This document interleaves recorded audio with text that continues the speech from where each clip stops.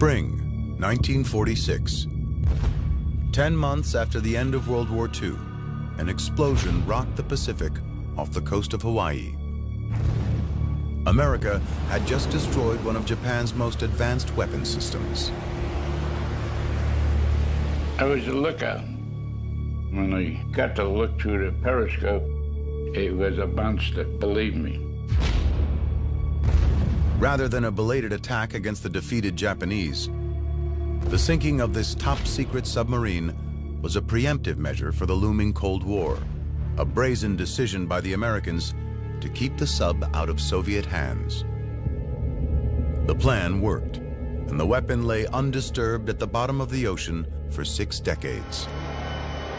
Until a team of underwater explorers from the University of Hawaii located its remains. The discovery sparked a new examination of the long-forgotten super sub. It can go around Cape Horn, it can go around the Cape of Good Hope. 37,000 That's right. This gave you enormous strategic options. You could basically attack anywhere in the world. This was a global weapon system. A system that defied conventional design and married the tactical advantages of sea and sky. As America scrambled to build nuclear bombs, and Germany experimented with powerful rockets, Japan hoped its secret weapon would change the course of the war.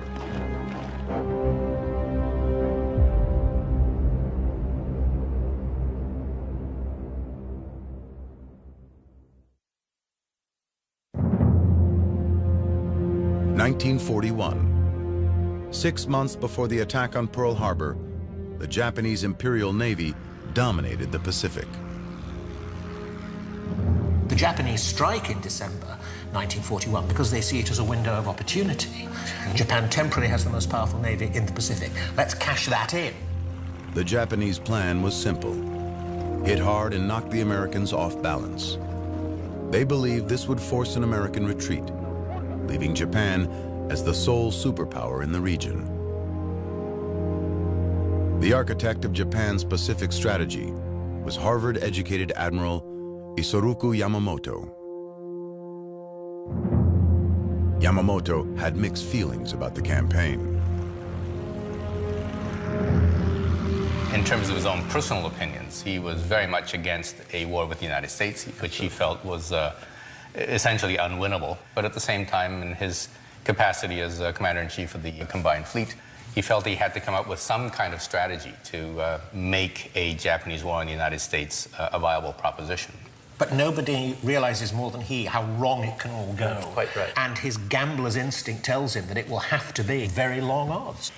He wants some capability of, say, taking the war to American home waters, really shock the American populace by some bold gesture. His gesture, the bombing of Pearl Harbor. The attack sank 5 battleships, 3 destroyers, and several small ships. But the Japanese mistimed their mission, because on December 7th, all 3 American aircraft carriers were at sea and out of harm's way. Japan also miscalculated America's will to fight back. One day after Pearl Harbor, the U.S. declared war against Japan. The fight was on. Both nations scrambled for advantage. The U.S. cranked up its industry and relied on its manpower, aiming to overwhelm the Japanese with superior numbers. But for Japan, the challenge was different. Knowing he would soon be outmanned and outgunned, Admiral Yamamoto needed more surgical strikes. In the months following Pearl Harbor, he strategized about how to bring the war across the Pacific to America, 5,400 miles away. He looked to the success of the German U-boats, the deadly Nazi subs that were preying on ships in the Atlantic. From February to May 1942, the U-boats sank 348 vessels, preventing millions of tons of American supplies from reaching Europe. Several of the ships were torpedoed within sight of New York City and Boston,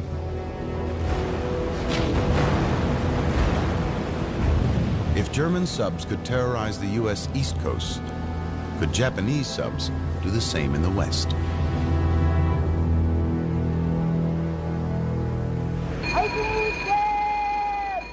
To find out, Yamamoto ordered a series of test missions. He sent a sub to fire shells at a refinery in California. It didn't cause much damage, but did trigger fears of a Japanese invasion.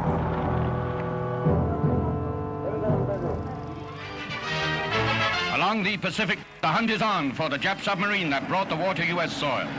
Lying offshore, the Marauder opened up against oil refineries near the beach at Santa Barbara, a piece of shell made in Tokyo.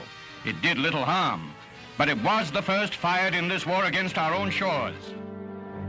The following day, coastal artillery brigades fired at what they thought were enemy planes. The guns were shooting at shadows. No sightings were actually confirmed. But the panicked American reaction did signify to Yamamoto that his instincts were correct. If he could strike the Americans at home, he might make them think twice about an all-out war with Japan. To instill such fear, he would need more firepower than a few small subs could deliver. An aircraft carrier and fleet of bombers would be ideal. But with the U.S. on high alert, no carrier could sneak up on the West Coast. Yamamoto needed something unexpected.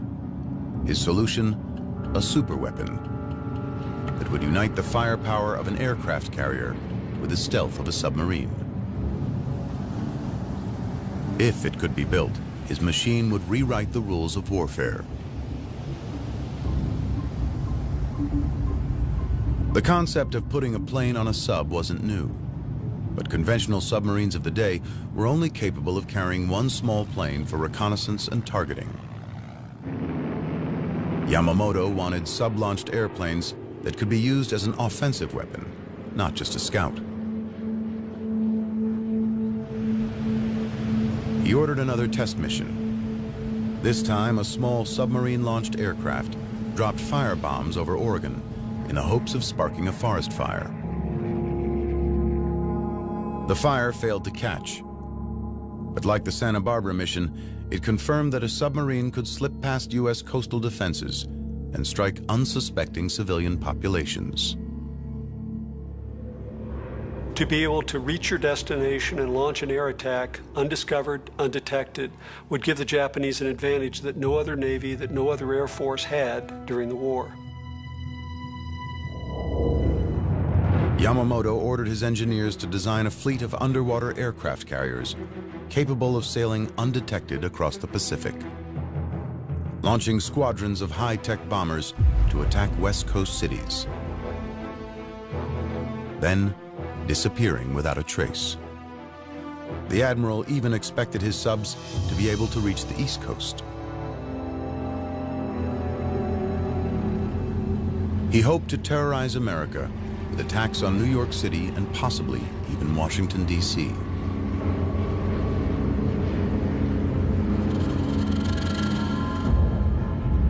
So you've got a whole potential here for attacks in the coastal area, where, of course, a large proportion of the American population is concentrated. That's right. Yeah. New York City, for example. Dense concentration of population. And if you're attacking with a few tens of aircraft, as in the original plans, you could perhaps go for important communications and indeed iconic targets. The admiral named the sub the I-400 and declared it top secret. But still to be determined was whether Japanese engineers could bring Yamamoto's ambitious vision to life. Their window for success was a small one. In America, the U.S. had accelerated its own work on a superweapon that could change the course of the war. The effort was codenamed the Manhattan Project. It was headed up by Robert Oppenheimer, a professor of physics at UC Berkeley. Oppenheimer gathered the nation's top engineers and physicists, challenging them to overcome the enormous technical complexities of splitting the atom and creating an atomic bomb.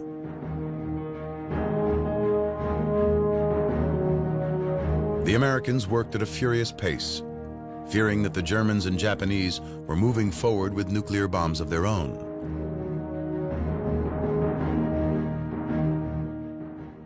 Meanwhile, Japan's super submarine was running into obstacles. In Tokyo, naval architects were struggling to find a design that could fulfill all of Yamamoto's needs. You're going to need a very large and impressive submarine indeed. You're going to have to go into new territory, in fact, as far as submarine design is concerned. The standard submarine at that time was shaped like a cigar, with a cylindrical hull up to 300 feet long.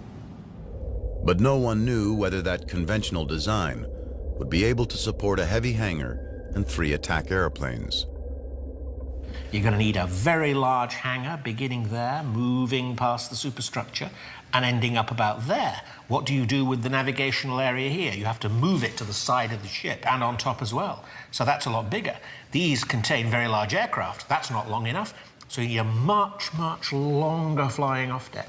And therefore you need a much, much bigger submarine. This is a transformation in the whole concept of the submarine. When we assemble these pieces, we'll end up with a scale model submarine that's about the same as a full-size submarine, which is 10 times longer than it is wide. Dr. Harold Vincent is an ocean engineer at the University of Rhode Island. He has his doubts about the practicality of the design. This tube represents the watertight hangar, the 3 aircraft, and the bombs that the aircraft carried.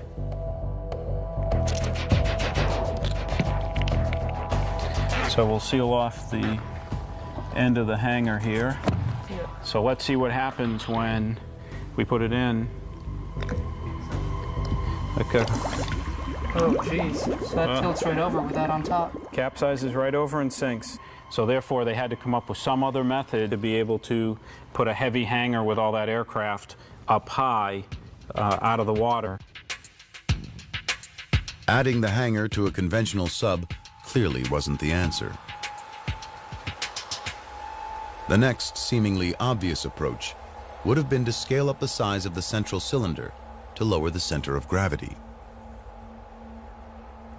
Well, a large single cylinder would be extremely heavy in weight, would have to have very thick walls in order to withstand sea pressure down to 300 or 330 feet. In order to hold this above the surface part of the submarine, totally stable, was simply impossible having this traditional submarine design. Tape up the other end, and then we can take these. The Japanese came up with an innovative alternative. So now we'll try this twin hull design.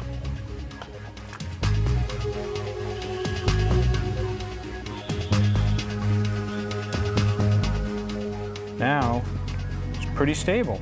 All right, so it rights itself now instead of just tipping right over. A twin-cylinder hull gave the giant sub the necessary width to carry the extra weight. So you have these 2 cylinders, which are broader, stronger. The 2 cylinders amidship, of course, lent to greater stability. Absolutely. Well, you can see it's much sort of flatter and more stable, clearly. With the largest design problem solved, construction plans were drawn up for the new monster sub. The I-400 went into production in January of 1943. Yamamoto needed it fast. The Japanese were losing ground in the Pacific. The previous June, Yamamoto had ordered a surprise attack on the American fleet at Midway Island, hoping to sink the aircraft carriers he had missed at Pearl Harbor. But the Americans had cracked the Japanese naval code, saw the attack coming, and were able to set an ambush of their own. In 3 days of bitter fighting, American bombers sank 4 of Yamamoto's aircraft carriers. It was a devastating defeat for Japan. Their carrier fleet was decimated, and thousands of soldiers were dead. The I-400s were now even more vital. But with serious shortages of steel and manpower in Japan, Yamamoto could only commission 18 of the giant submarines.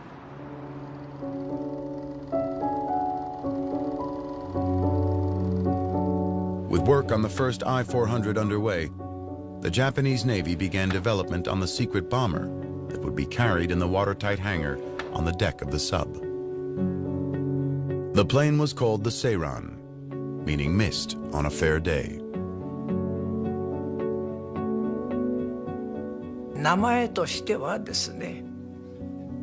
Like the name indicates, the plane would appear suddenly like a mist, carried by a submarine that would surface once it comes near a target, moving like a ninja. That is how it came to be named Seiran. This is a very poetic name. Lieutenant Atsushi Asamura is the only living member of the elite Seiran squad. At an annual Shinto ceremony, he honors his lost comrades. He still recalls the excitement of being part of the top-secret project. We were very surprised when we saw the Seiran for the first time. I thought, is this really a plane that can be loaded onto a submarine? I believe not too many people knew about Seiran, even in the Japanese Navy. Many tests and repeated experiments were done in top secret. With a maximum speed of more than 200 miles per hour and the capacity to carry a 1,700-pound bomb, the newly designed Seiran would be an intimidating warplane. But the Japanese aircraft designers first had some technical puzzles to work through. Although the I-400 was wider than any other submarine of its day, the airplane hangar was only 11 feet in diameter. Here is the hangar on the I-400 into which this aircraft has to fit. And here we have a head-on view in the of same the scale, Seiran, in the same scale. Oh dear. You know, the fuselage will fit in there, but gosh, you've got the wings, you've got the tail planes, and it doesn't fit. Exactly. To accommodate the tight quarters, the Japanese designed wings much like those on the Grumman Hellcat, the most potent aircraft carrier-based fighter in the U.S. arsenal. To minimize the Hellcat's profile for storage below decks, the wings rotated 90 degrees and folded back flat against the fuselage. The Seiran went even further.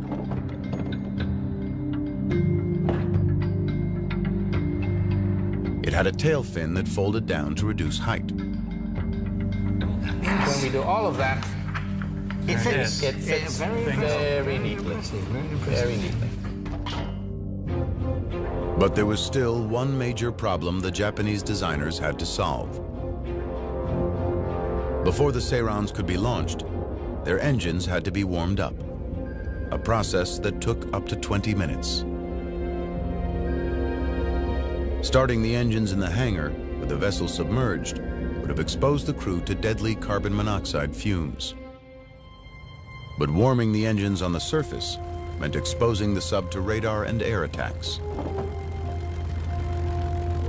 Once again, the engineers needed an innovative solution.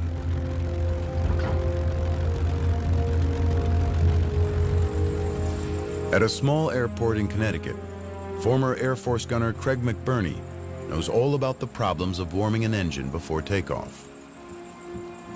This is his pet project, a rare 28-cylinder Corsair engine. It's larger than the Seiran's engine, but shares similar characteristics. Okay, we've got a clear prop. Clear prop.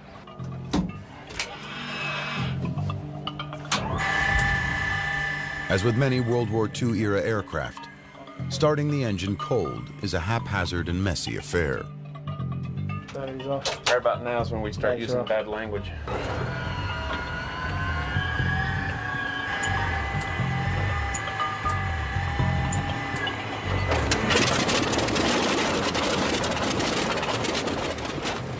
The problem is the viscosity of the cold engine oil. You can see how thick the oil is because it hasn't been heated up. And you know how critical the tolerances are inside the aircraft engine, how tight they are and how small the passages are. Wow. So it would really make a significant difference trying to pump that heavy, thick oil through an aircraft engine. Warming the oil makes a noticeable difference. We heat it up to about 60 or 70 degrees Celsius, which is 140, 160 degrees Fahrenheit. It's the same oil that's just been heated up with the preheater. Right through it. Almost. Wow, look at that. Like pouring water. What a difference. Yeah. And you can imagine how critical that would be to have the engine heat up that much faster, especially in a combat situation. Yeah. McBurney uses an external tank to preheat the oil. Inside this container, we have the main engine oil tank here for feeding the engine oil, and then we've also installed our own pre-oil tank with a heater on it. And with the preheater on it, we're able to raise the temperature quite a bit. We can get the temperature up to about 120 degrees. So we need to open this valve, and we'll go ahead and open the engine oil tank valve as well. The warm oil can be pumped directly into the cold engine. Clear prop! Okay, go ahead and engage the starter. The results are easy to see. Boy, I tell you, that's incredible. The temperature's almost already at the takeoff temperature. Amazing difference. Can you imagine in a combat situation? McBurney's warming method was the same one Japanese engineers turned to for the Seirans. It's actually borrowed from a German design.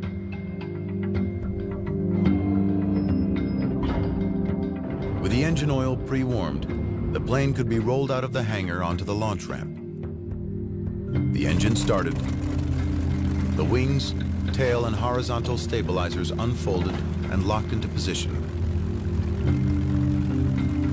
The floats attached, and the Seiran launched into the air.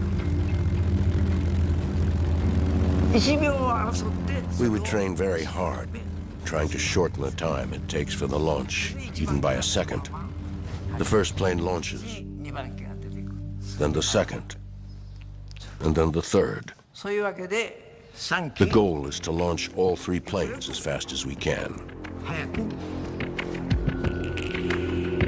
To get the Seirans back on board, the engineers designed a hydraulic crane to pluck the airplanes from the sea and hoist them onto the deck.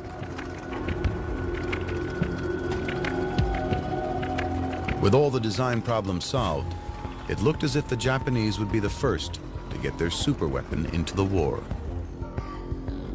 But then in April of 1943, the I-400 program and the Japanese Navy suffered a devastating loss. American code breakers discovered that Admiral Yamamoto was planning an inspection tour of the Solomon Islands. U.S. fighters intercepted and shot down his plane, killing the man behind the Pearl Harbor attack. It was such a crushing blow to the Japanese Navy that it was a full month before they even announced Yamamoto's death to the Navy, much less the Japanese public. Without the backing of the powerful admiral, the I-400 program quickly slipped on Japan's priority list. Before any subs were completed, the order was slashed from 18 to 9. It would take another year and a half before the first of Yamamoto's I-400s made it out to sea. In December of 1944, the first I-400 was finally commissioned. A few months later, a second sub, the I-401, was ready to sail. The super sub carried 3 dive-bombing Seirans in a 65-foot-long hangar. An 85-foot ramp and steam-powered catapult launched the planes into action, even in rolling seas. The I-400 wasn't just the longest sub in the ocean at 400 feet. It was also the most heavily armed. On the aft deck sat a giant 140-millimeter gun, one of the largest ever mounted on a submarine. 4 anti-aircraft guns defended against aerial attacks. And the sub also boasted 8 torpedo tubes in the bow. The man appointed to lead the I-400 program was Tasunosuke Arizumi. Arizumi had been in charge of the midget submarine attack on Pearl Harbor. The I-400's crews were picked from the Navy's elite and were very well treated. The corridor was filled with cans of food and other food staples. You couldn't even see the floor. I was never unhappy with the food. For example, we even had expensive food like cow tongue and lots of fancy stuff. I remember it well. Morale among the crews was strong, but Japanese high command was not as jubilant. In the 3 years since the I-400 project began, the state of play in the Pacific had changed. America now dominated the region, and the original mission of the subs, to bomb U.S. cities and instill fear of a Japanese invasion, was outdated. They just didn't have enough firepower. With each sub carrying 3 planes and each plane carrying only 1 bomb per flight, they could do little real damage. By comparison, Nazi bombers dropped an average of 330 bombs per night for 57 nights during the London Blitz. And still, the British didn't surrender.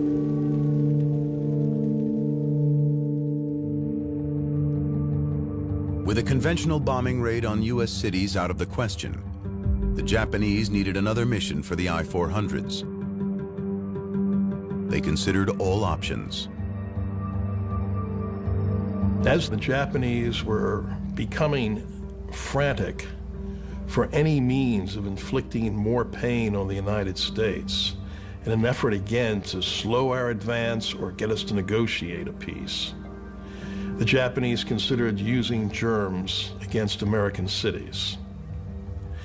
This was discussed, and the obvious means of delivering these would have been by submarine-launched aircraft from the I-400s from other submarines. In the spring of 1945, Vice Admiral Jisaburo Ozawa proposed a top-secret, controversial plan. He suggested using the Sairons to unleash biological weapons on the U.S. West Coast. Such an attack could kill thousands and create panic across America. Japan's biological weapons program was not new. Under the command of a military doctor named Shiro Ishii, a secret team had been experimenting on the Chinese since the 1930s. Plague-infested fleas bred in their lab had been unleashed into Chinese villages. They'd infected prisoners with anthrax and cholera. And they had injected men and women with venereal diseases. As many as 200,000 Chinese died as a result of these horrific experiments. The Japanese army was doing a lot of work on this in Manchuria, in pretty awful circumstances, actually. And certainly the Japanese Navy seems to have been interested in the use of anthrax in bombs. And the most radical elements within the Army or the Navy would advocate such a I would say, insane plan. There was little doubt that biological weapons dropped on an American city could cause enormous casualties. And so panic among the American population far more effectively than conventional bombs. But a month later, cooler heads prevailed. General Yoshijiro Umetsu of the Imperial Army canceled the operation and declared germ warfare against the United States would escalate to war against all humanity. With a biological attack off the table, the Japanese High Command found a new mission for the I-400s, an attack on a key strategic target. The Panama Canal was absolutely crucial to the transferring of Atlantic naval forces to the Pacific Ocean. So Which is why the Japanese wanted to attack it. Well, of course, and we understood that. Any logical military scenario would want to attack the Panama Canal. If Japan could take out the canal, it would bring ship traffic to a halt and force the Allies to use the much longer route around Cape Horn. Japanese military planners and intelligence experts worked together to map out the attack. Plan went something like this, that this flotilla of submarines, 4 submarines carrying 10 aircraft, would come, keeping a due distance, having come a long way across the Pacific. Yep, 8,000 miles or so, yeah. Until they come to their launch point off Ecuador. Roughly about there. And then they surface and they launch their planes, 6 aircraft, as quickly as they can. And so as to surprise the enemy completely, they go off in completely a different direction. They fly across Colombia. All 3 of them. Then they turn sharply over here. Yeah. And then suddenly, and they perhaps dive to low level, they come down here towards the canal and hit it on its northern end in the locks here. The mission would be extremely hazardous for the I-400 fleet. Before striking the canal, the subs would have to navigate through waters swimming with Americans. By the summer of 1945, essentially the Pacific was an American lake, and so that meant it would be relatively difficult to get any kind of vessel safely into the area of the Panama Canal. But the Japanese did have one ace up their sleeves, a secret technology that the I-400's designers had borrowed from the Germans. A technology that could help them elude enemy sonar. Sonar works by bouncing sound waves off hard objects like ships. By measuring the time it takes for sound waves to travel to the target and back, the system can calculate its location. But the I-400s, like some German U-boats, were equipped with a new stealth shell designed to absorb sound waves instead of reflecting them. Called an anechoic coating, it was made up of rubber and asphalt tiles that dampened the sonar fingerprint of the subs as they slid through the water. These anechoic coatings did work remarkably well, and their details are still highly classified. For the I-400s, getting across the Pacific undetected was only step 1. Their targets, the Gatun locks on the Panama Canal, were heavily guarded by anti-aircraft guns. The Sairons could come in above the gun's range, but that would make hitting the targets almost impossible. Those locks, the walls, were incredible structures of reinforced concrete that at the base were 50 to 60 feet thick. At the top, maybe 8, 10, 12 feet thick. The gates themselves, maybe 90 feet wide. They were 6, 7, 8 feet of steel thick. But from 13,000 feet, they would have looked like just a hair from that kind of altitude. The challenge of high-altitude bombing is easy to see. When a B-29 outfitted with a World War II-era bomb sight drops a half-dozen water bombs on a stationary target in the California desert. Not a single bomb hits home. The closest lands more than 500 feet away. For a target like the Gatun locks, anything less than almost a direct hit within a foot or 2 or 3 of the target would be a waste of energy. Given the relatively primitive bomb sights that the Japanese were using, their chances of being able to hit a target like that were pretty slim. And with only 6 planes carrying 1 bomb each, the Japanese knew there was no room for error.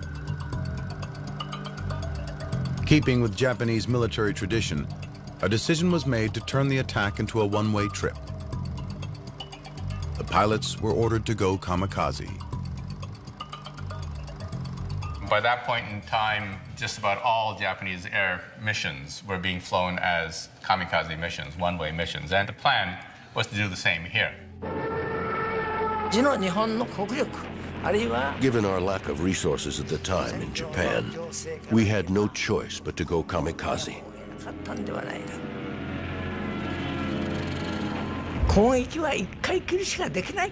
I know it is controversial.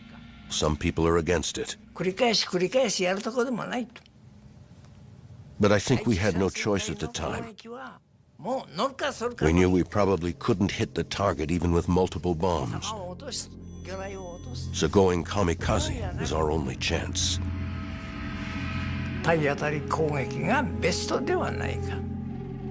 The I-400's crews prepared for the Panama Canal mission. But the window of opportunity for the strike was closing fast. By the spring of 1945, America was already deciding on potential targets for the atomic bomb. Then the war arrived on Japanese soil, when Allied forces invaded the island of Okinawa.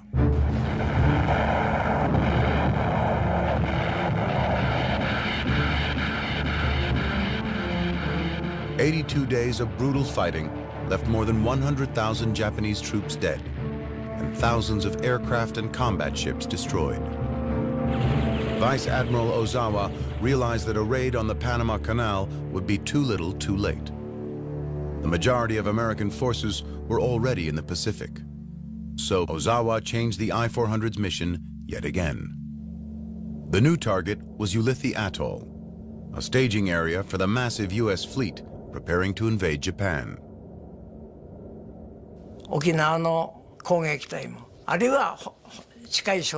Ulithi was the likely base for the units that attacked Okinawa, and perhaps also those that were to be sent for the final confrontation on the mainland. Supplies were probably sent from there as well. In the photo, I saw several U.S. aircraft carriers. Headquarters ordered us to attack as many of them as possible. 3.5 years after the I-400s were conceived, the two giant subs were finally ready to engage. They traveled separately, with orders to rendezvous off Ulithi, where they would be joined by two smaller subs. Once they reached their target, 6 Seirans would be launched in a kamikaze attack. To deepen the surprise, Commander Arizumi ordered the crew to disguise the bombers with U.S. markings, a clear violation of international law. Pilots themselves objected to having the planes painted in American colors. They felt it was dishonorable. And they were ready to die. They knew they weren't coming back. What they didn't know was that their mission was once again short on time. 4 days before the I-400 set sail, America had successfully exploded the world's first atomic bomb. A second bomb was already on its way to Japan. To make matters worse, Arizumi's mission was plagued by problems. On the way to Ulithi, one of the smaller subs was spotted and sunk by a U.S. warship. All 140 crewmen perished. Then, in an effort to avoid enemy ships, Arizumi decided to change his route and the agreed-upon meeting point. But the message never got through to the other ships, and they missed the rendezvous.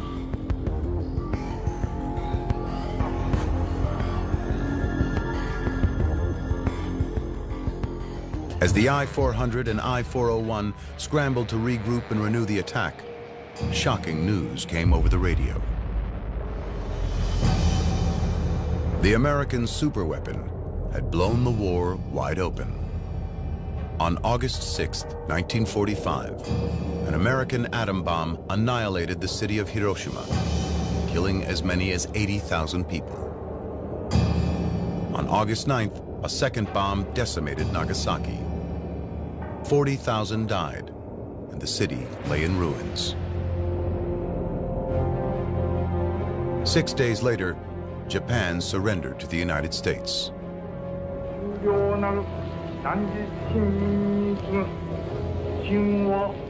In his radio address to the nation, the emperor never mentioned defeat or surrender. Instead, he told his people, "We have to endure the unendurable and suffer the insufferable." The next day, on the 16th, we received a telegram ordering us to cease fire. Receiving this unthinkable telegram, we gradually grasped the reality.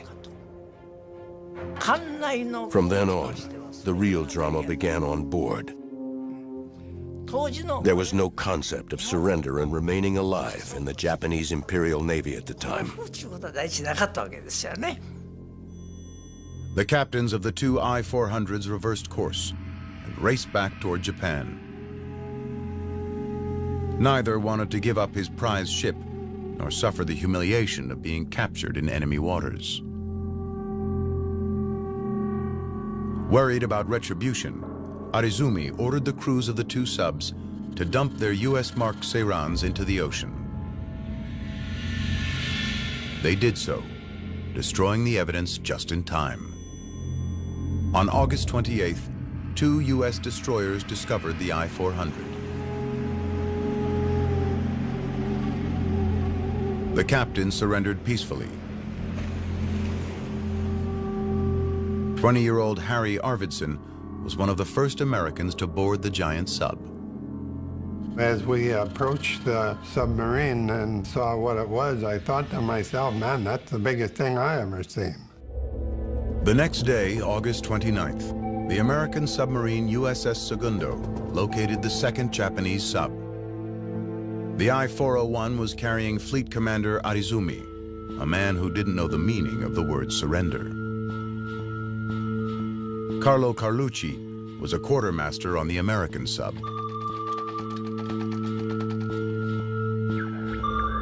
It had to be 3 or 4 o'clock in the morning, before daybreak.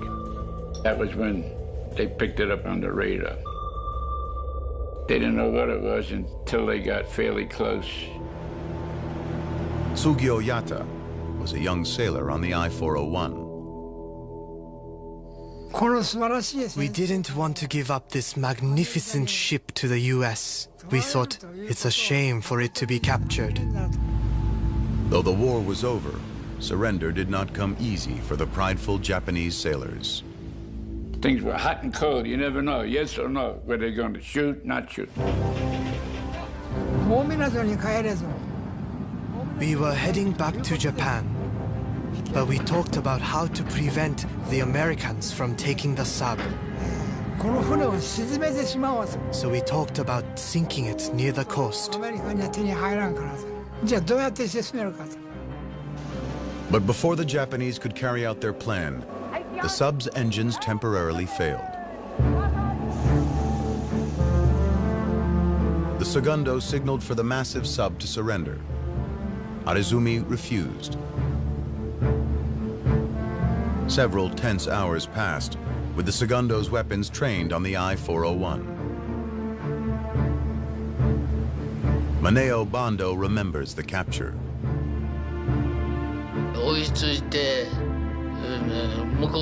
They pointed their cannons at us and ordered us to have one officer sent to their ship.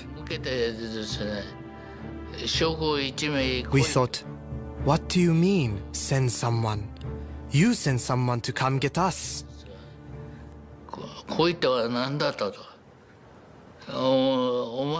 We insisted on displaying our pride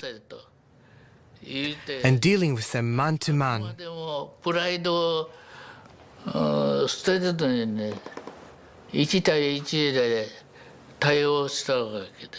Because Bando spoke some English, he was picked to negotiate with the Americans. You force us to surrender. I said, if you force us to surrender, we will commit suicide. They said to me, harakiri, no good. They understood the term harakiri. Tokyo ordered the I-401 to surrender to the Segundo. Eventually, Commander Arizumi bowed to the inevitable. He had the black flag, the international naval signal of surrender, raised on his sub. For the proud commander, the humiliation was too much to bear. I went to get a cup of coffee and had just sat down I heard a loud bang. That was the suicide. The captain and I rushed inside, and we saw he'd taken his own life. I heard the captain say, he finally did it. Nearly 200 Japanese servicemen were taken prisoner that day. Sailors, pilots, and support crew.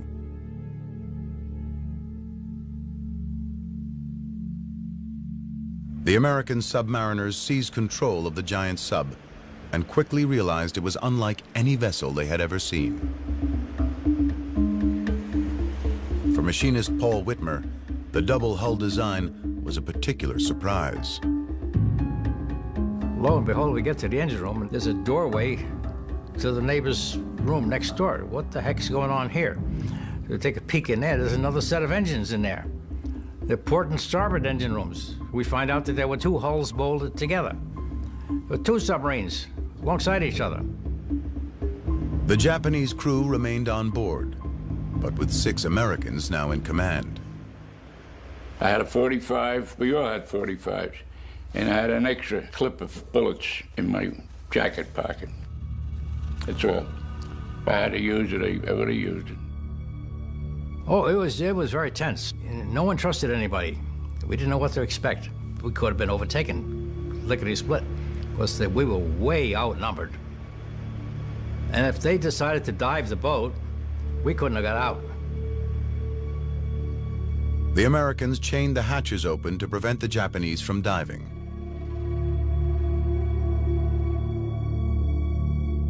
But as time passed, tensions slowly eased between the former enemies. They now had a common goal: to get the subs safely back to Tokyo. In the engine room, we had to learn how to communicate with the Japanese. You know, they had to teach us, and we had to teach them. We needed to know some of the words to describe an engine. Basic, elementary, grade school type communication. And trying to strike up a rapport and learning their symbols and their words for what's the name of this, what's the name of that. Both subs made it back to Tokyo, where the prisoners were released. For the Americans, the next step was to bring the unusual ships home for further study. In November of 1945, they departed Japan for Hawaii. They arrived in Pearl Harbor just after New Year's Day, 1946. Navy engineers immediately began inspecting and recording every detail of the super sub's design.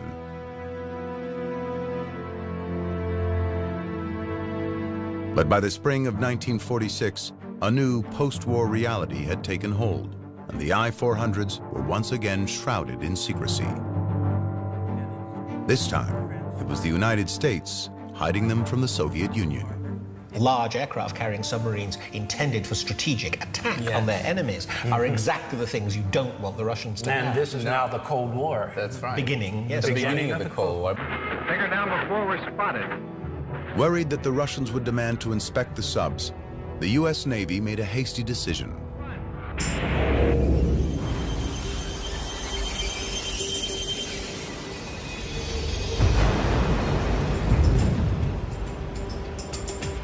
On May 31st, 1946, they sunk the I-400 off the coast of Pearl Harbor.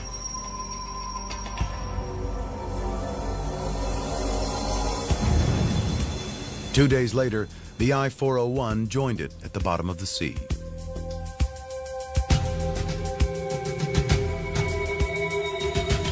Two powerful weapons that never made it into battle, never had the chance to truly prove their worth.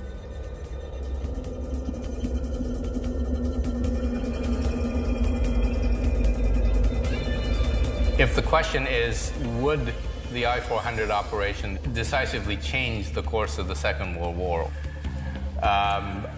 Ultimately, no, I don't think so. It would have made things worse in 1942, yes, but not in 1945. Correct. And Japan surrenders because of the overwhelming material superiority of the United States. The United States has got the willingness and the desire to deploy that overwhelming power.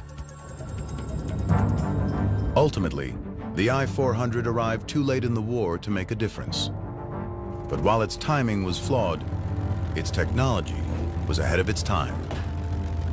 The innovative design became a model for future Cold War submarines and changed military thinking about how they could be deployed.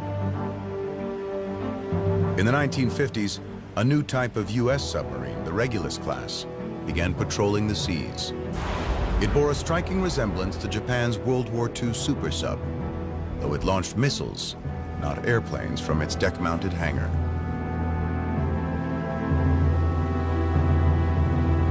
I don't believe anyone previously had looked at submarines as a means of attacking an enemy's cities. And this idea we see today in the primary nuclear weapons of the United States, France, Britain, and even Russia, being submarine-launched missiles to attack with nuclear warheads an enemy's cities. Though we hope that their lethal force is never needed, each one of these powerful, stealthy submarines is a living testament to one of the greatest weapons that never did battle.